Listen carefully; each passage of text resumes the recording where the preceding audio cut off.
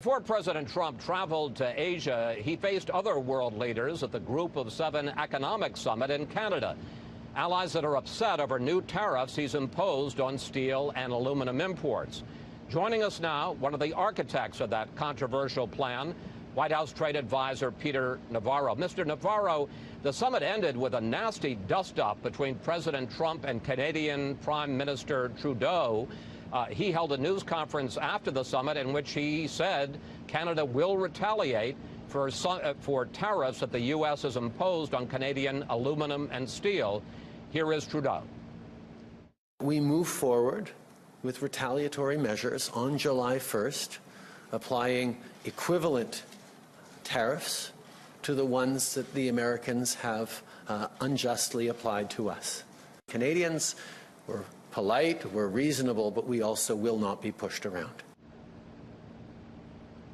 Well, President Trump responded with this tweet while flying here on Air Force One to Singapore. Trudeau of Canada acted as so meek and mild during our G7 meetings, only to give a news conference after I left. Very dishonest and weak. Question, Mr. Navarro, is that really how we want to deal with our second biggest trading partner? Chris, there's a special place in hell for any foreign leader that engages in bad faith diplomacy with President Donald J. Trump and then tries to stab him in the back on the way out the door. And that's what bad faith Justin Trudeau did with that stunt press conference. That's what weak, dishonest Justin Trudeau did.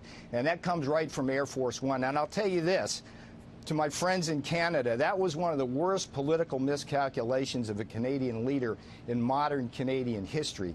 All Justin Trudeau had to do was take the win. President Trump did the courtesy to Justin Trudeau to travel up to Quebec for that summit. He had other things, bigger things on his plate in Singapore, where you are now, Chris. He did him a favor, and he was even willing to sign that socialist communique. And what did Trudeau do as soon as the plane took off from Canadian airspace? Trudeau stuck our president in the back. That will not stand. And as far as this retaliation goes, the American press needs to do a much better job of what the Canadians are getting ready to do, because it's nothing short of an attack on our political system, and it's nothing short of Canada trying to raise its high protectionist barriers even higher on things like maple syrup and other goods. Mr. Navarro, I got a lot to talk to you about, but I do have to press this. You used some very strong words. Stab in the back, special place in hell. You said that came from Air Force One. Are those the views? Are those the words of the president? Those are my words, but they're the sentiment that was on Air Force One after that. Look, Chris, this was just wrong what Trudeau was doing. The Canadians are totally bungling our trade relationships, and it's due to their leadership. Take NAFTA, for example. We'd have a deal. We'd have a great deal with NAFTA by now if the Canadians would spend more time at the bargaining table and less time lobbying Capitol Hill and our press and state governments here. They are just simply not playing fair, dishonest, weak. Well, I want to pick up on this, though, Mr. Navarro, because it isn't just Canada. Germany's Chancellor, Angela Merkel, released a photo of the summit, and there was no comment on it, but it certainly looked like it was President Trump against the other members of the G6, America's closest allies. And I want to pick up on this point, because the last time you were on with me on Fox News Sunday, you said that no country would retaliate for the tariffs that we're going to impose. But let's take a look at, in fact, what has happened since we last talked. Canada has announced tariffs on $13 billion in U.S. goods. The European Union will impose tariffs on $3 billion in American products. I understand, sir, that the objective of the president's trade policy, with your advice, some would call it a trade war, is to get the other countries to lower their tariffs on us, but hasn't the practical effect been to get them to raise their tariffs on our products? So one of my favorite quotes of this president happened just yesterday when he said, "We've been the piggy bank for the world, and that's got to stop." If you look at Angela Merkel's Europe, you see a continent where we run a $151 billion trade deficit in goods every year. Germany has tariffs on autos 4 times higher than our tariffs on equivalent German imports here, and they sell us 3 times as many cars as we sell them. So on the issue alone, we have allies strategically, but when it comes to these trade disputes, these allies basically are robbing us blind. The president is not going to put up with that. And in terms of this retaliation, I want to get back to the Canadian miscalculation here. The Canadians, because this speaks to your retaliation. I don't mean to interrupt, but I do want to move on because Sure. we've got limited time, and I've got some other questions. Because the president also shocked the allies just before he came to Canada by suggesting, pushing the idea that Russia should be invited back into the G7 to make it the G8, the meeting, the group of economic world leaders. Here's the president on that. It may not be politically correct, but we have a world to run. And in the G7, which used to be the G8, they threw Russia out. They should let Russia come back in. But Mr. Navarro, Russia was kicked out of the G8 after it invaded Ukraine and seized Crimea. Why does the president think they should, in effect, be rewarded when they haven't done anything to clean up their action? They're still in Crimea by welcoming them back into the G8.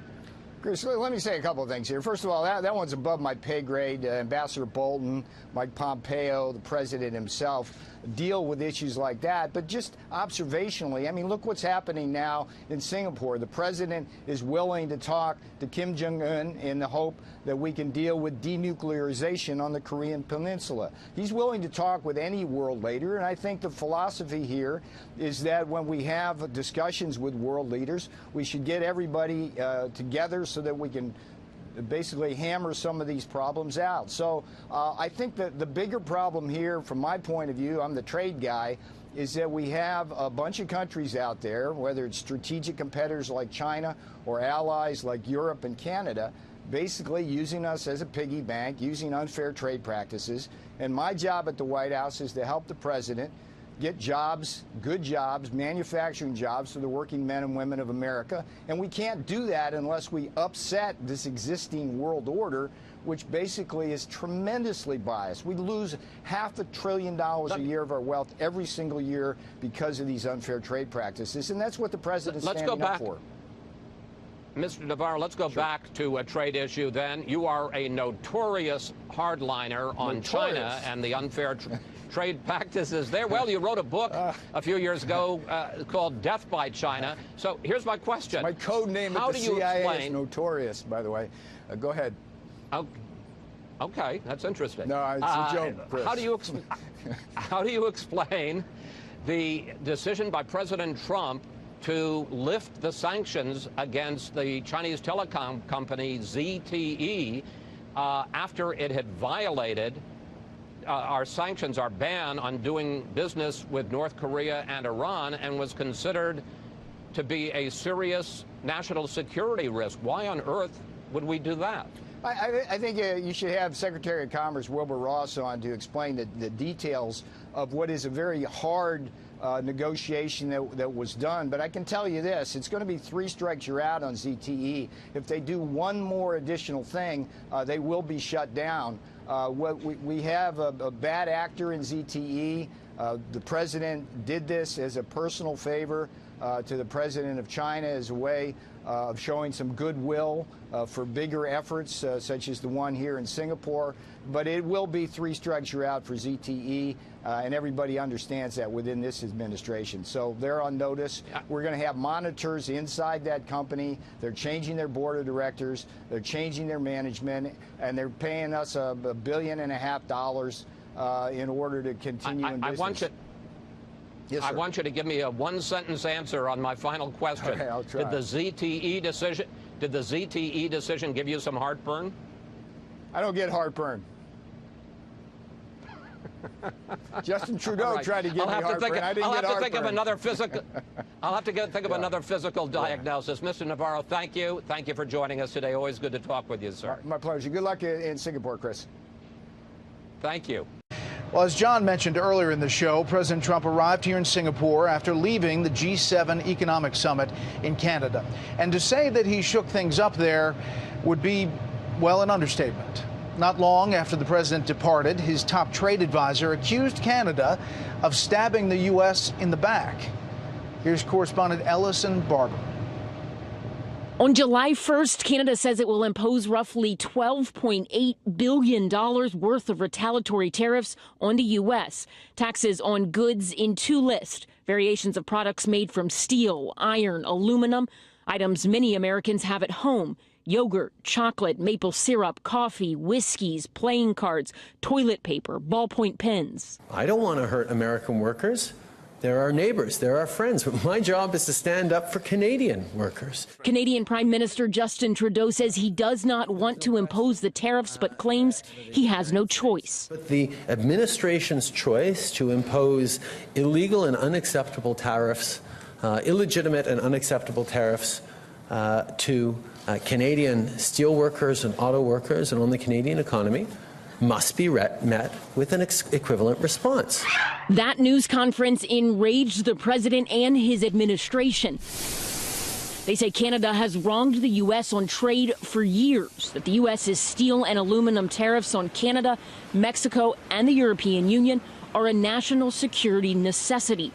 President Trump says the U.S. is now looking at adding more tariffs, this time on automobile imports. There's a special place in hell for any foreign leader that engages in bad faith diplomacy with President Donald J. Trump and then tries to stab him in the back on the way out the door. Now, and I'll tell you this, to my friends in Canada, that was one of the worst political miscalculations of a Canadian leader in modern Canadian history. One Republican congressman says the president isn't wrong when it comes to some of his complaints on trade, but he's concerned about a trade war. In my district, I hear from farmers, I hear from heavy equipment manufacturers. All of them have concerns about tariffs, specifically with Canada. He needs to be strong in getting a better deal, but making sure, too, that we don't get into a full-fledged trade war. Tariffs could possibly lead us there. There are also questions about what this could mean for NAFTA talks. U.S. Secretary of Commerce Wilbur Ross previously said the talks were separate from tariffs, but on Saturday, Canada's finance minister reportedly said they cannot work on NAFTA negotiations under the, quote, threat of tariffs. Thank you. God bless.